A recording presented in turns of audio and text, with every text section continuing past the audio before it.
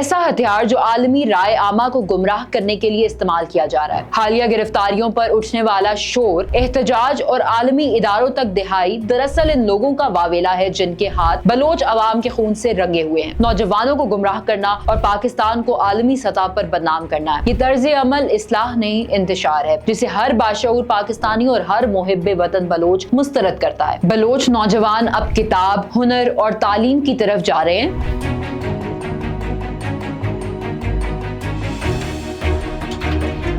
بلوچستان جو قدرتی وسائل، ثقافتی تنوع اور جغرافیائی اہمیت کے لحاظ سے پاکستان کی شہرک کی حیثیت رکھتا ہے، ایک عرصے سے بیرونی سازشوں، دہشت گردی اور ریاست مخالف بیانیے کی زد میں ہے۔ حالیہ مہینوں میں چند مخصوص عناصر نے انسانی حقوق کے نام پر ریاست پاکستان کے خلاف پروپیگنڈا تیز کر کے بدامنی پھیلانے کی ایک نئی کوشش کی ہے۔ یہ عناصر جو بظاہر حقوق کے علمبردار بنے بیٹھے ہیں، دراصل فتنہ الہندوستان کے پروردہ ہیں، جن کا مقصد نہ عوامی بہتری ہے اور نہ ہی حقیقی انسانی اقدار کی پاسداری، بلکہ ان کا واحد ایجنڈا پاکستان کو اندر سے کمزور کرنا ہے۔ یہ حقیقت کسی سے ڈھکی چھپی نہیں ہے کہ بلوچستان میں ریاستی اداروں کے خلاف شور اٹھانے والے اکثر افراد ان گروہوں کے سہولت کار یا ہمدرد ہوتے ہیں جو بھارت کی پشپناہی سے بلوچستان میں دہشت گردی، تخریب کاری اور بدامنی پھیلانے میں مصروف ہے۔ انسانی حقوق کا نعرہ ان کے لیے صرف ایک ڈھال ہے، ایسا ہتھیار جو عالمی رائے عامہ کو گمراہ کرنے کے لیے استعمال کیا جا رہا ہے۔ حالیہ گرفتاریوں پر اٹھنے والا شور، احتجاج اور عالمی اداروں تک دہائی دراصل ان لوگوں کا واویلا ہے جن کے ہاتھ بلوچ عوام کے خون سے رنگے ہوئے ہیں۔ ان میں اکثریت ان دہشت گرد تنظیموں سے وابستہ ہیں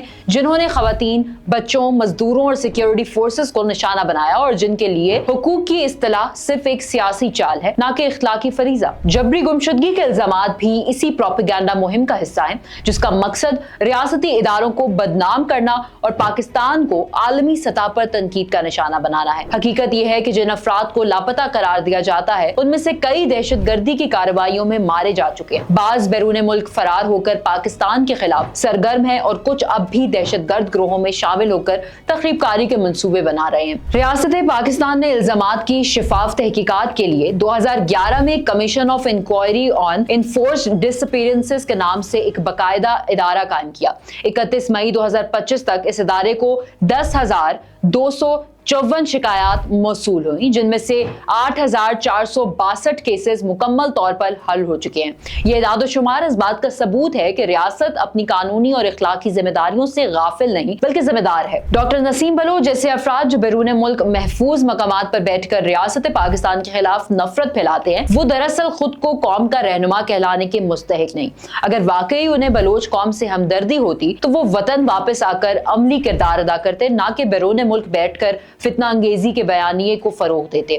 ان کی تقریریں، بیانات اور آن لائن پروپیگنڈا دراصل دشمن ممالک کے ایجنڈے کا تسلسل ہے جن کا مقصد بلوچ عوام کو ریاست سے کاٹنا، نوجوانوں کو گمراہ کرنا اور پاکستان کو عالمی سطح پر بدنام کرنا ہے۔ یہ طرز عمل اصلاح نہیں، انتشار ہے، جسے ہر باشعور پاکستانی اور ہر محب وطن بلوچ مسترد کرتا ہے۔ جن افراد کی گرفتاری پر دنیا کو ہلایا جا رہا ہے وہ وہی ہیں جو بلوچستان میں بدامنی، فرقہ واریت اور عوامی تنصیبات پر حملوں میں ملوث رہے۔ ان کی پشت پر دہشت گرد تنظیمیں، سوشل میڈیا پر موجود بھارتی اسپانسر نیٹ ورکس اور چند مغربی این جی اوز کا مالی و فکری تعاون شامل ہے۔ ان گرفتاریوں کو ریاستی جبر قرار دینا دراصل قانون اور امن دشمنی ہے۔ ریاست کا فرض ہے کہ وہ ان عناصر کو بے نقاب کرے اور ان کے خلاف قانونی کارروائی کرے اور بلوچستان میں امن و ترقی کا راستہ صاف کرے۔ جو ریاست کے خلاف ہتھیار اٹھائے، سیکیورٹی اہلکاروں کو نشانہ بنائے اور دہشت گردوں کو پناہ دے، اس کے ساتھ نرمی قوم سے غداری کے مترادف ہوگی۔ ریاست پاکستان بارہا یہ موقف دہرا چکی ہے کہ وہ انسانی حقوق، آئین اور قانون کی مکمل پاسداری پر یقین رکھتی ہے۔ ہر پاکستانی شہری کو برابر کا تحفظ حاصل ہے، بشرط یہ کہ وہ قانون کے دائرے میں رہے، مگر اگر کوئی شخص ریاست کے خلاف ہتھیار اٹھائے، ملکی سالمیت کے خلاف سازش کرے یا دشمن ایجنڈے پر عمل کرے تو ریاست نہ صرف یہ حق رکھتی ہے بلکہ اس پر فرض ہے کہ وہ سخت ایکشن لے۔ پاکستان کی سیکیورٹی فورسز،